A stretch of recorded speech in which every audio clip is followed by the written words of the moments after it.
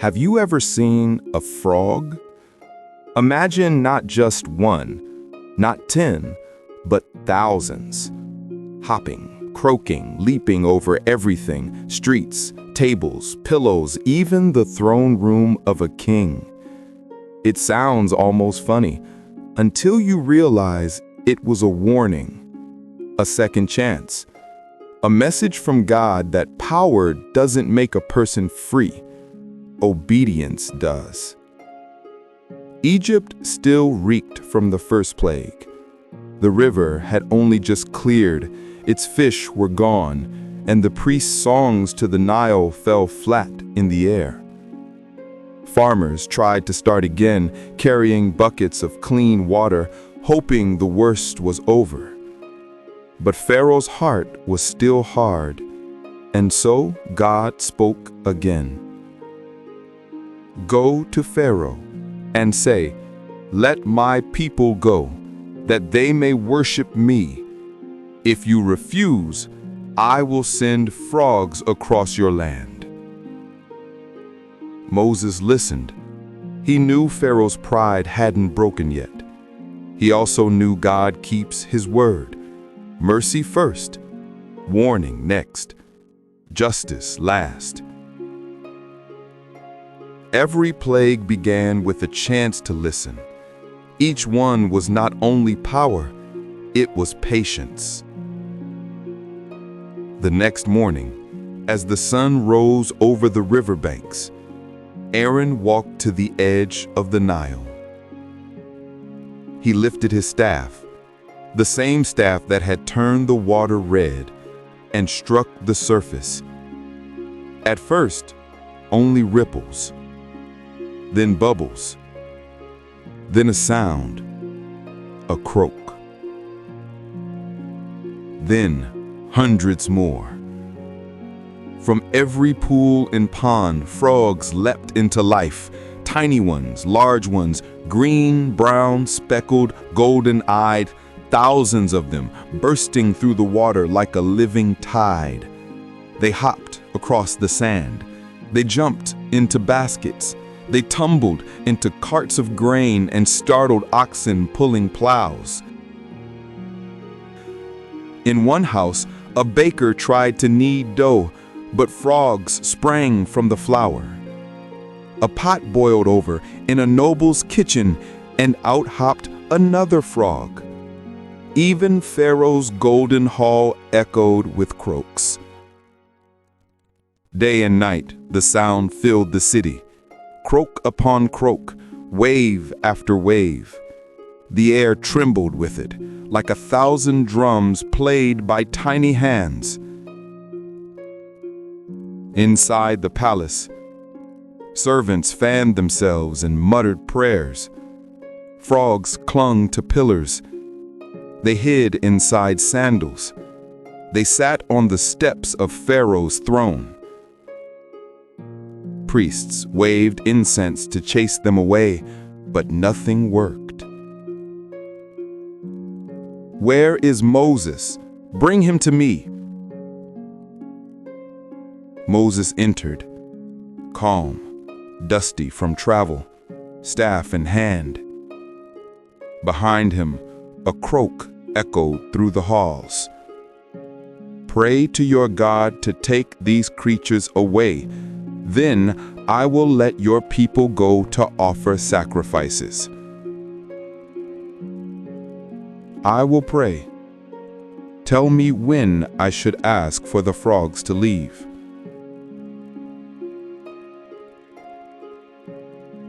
Tomorrow. Tomorrow, as if Pharaoh wanted one more night of noise before surrender. But Moses nodded. "Be it as you say, that ye may know there is no one like the Lord our God." Moses walked out into the courtyard and lifted his hands. The air was heavy with sound, waves of croaks rolling across the land. He closed his eyes and prayed. "Lord, you alone have power over life. Show Pharaoh that you are God." And then silence, one croak, then another, then none. Frogs stopped moving.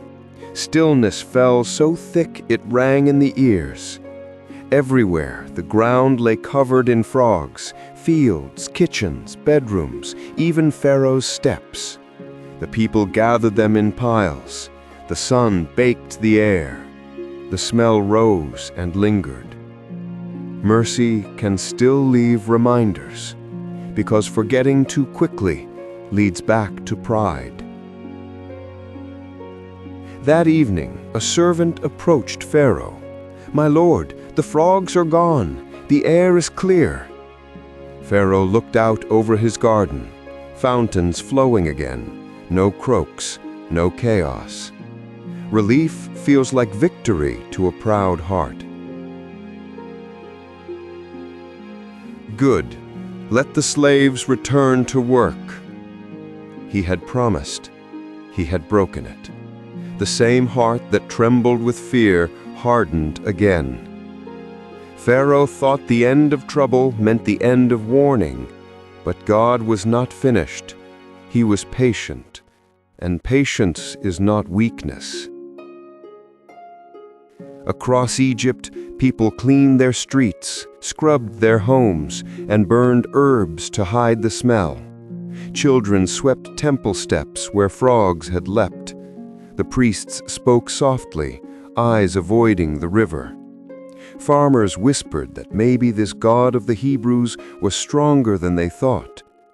If he can command the river and the creatures, what else can he command? Each plague was a question to Egypt. What will you trust? Your idols, your king, or the one who made the Nile itself? God was not destroying Egypt for cruelty's sake. He was revealing himself to a nation that had forgotten what true power looks like. Not gold, not armies, not magic, but holiness. That evening, Moses stood by the Nile again. The water gleamed silver under the moon. It looked peaceful now, like a sleeping giant. Lord, you show your strength in ways we cannot predict. I am small, yet you keep using me. I chose you not for strength, but for trust. You speak, and my word moves. Moses knelt. The staff glowed faintly in the starlight. The same tool of warning would soon become a symbol of deliverance. The Egyptians worshipped a goddess named Heket, a figure with the head of a frog. They believed she blessed the womb and protected new life. But the Lord of heaven showed that even creation itself bows to him. Frogs were not evil. They were obedient. They came when called, left when dismissed. It was humanity that resisted, not nature. Sometimes the smallest creatures obey faster than kings, and that's how God teaches humility, through what the proud consider small.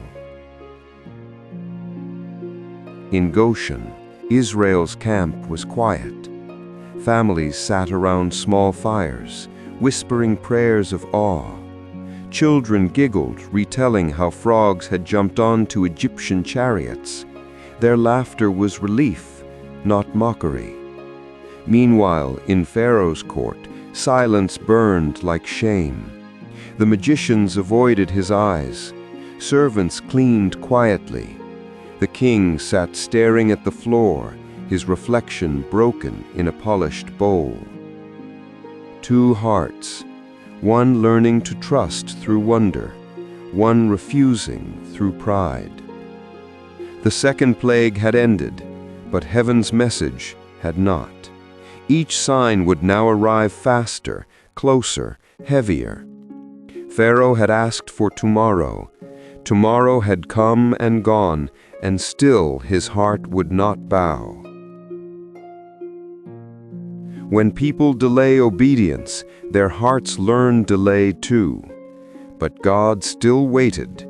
He gave time, one more day, one more chance, one more prophet standing at the gate. Because even when judgment draws near, mercy walks beside it. The second plague reminds us that God's power is not limited by walls or titles. It reaches everywhere, from rivers to palaces, from villages to thrones. When we think we control our world, God reminds us it belongs to Him. When we worship what we've made, He shows us what He made obeys Him. When we refuse to listen, He speaks again, louder, yet always with mercy. The frogs were not the punishment. They were the invitation, a call for Egypt to listen, a call for us to remember. God's word fills every corner of creation, and His voice will not be silenced. The frogs were gone, but Pharaoh's heart was still hard, and now tiny gnats would fill the air, so many that the magicians themselves would fall to their knees. Come back for the next tiny Bible tale, the third plague, dust becomes gnats. The story of freedom is still just beginning.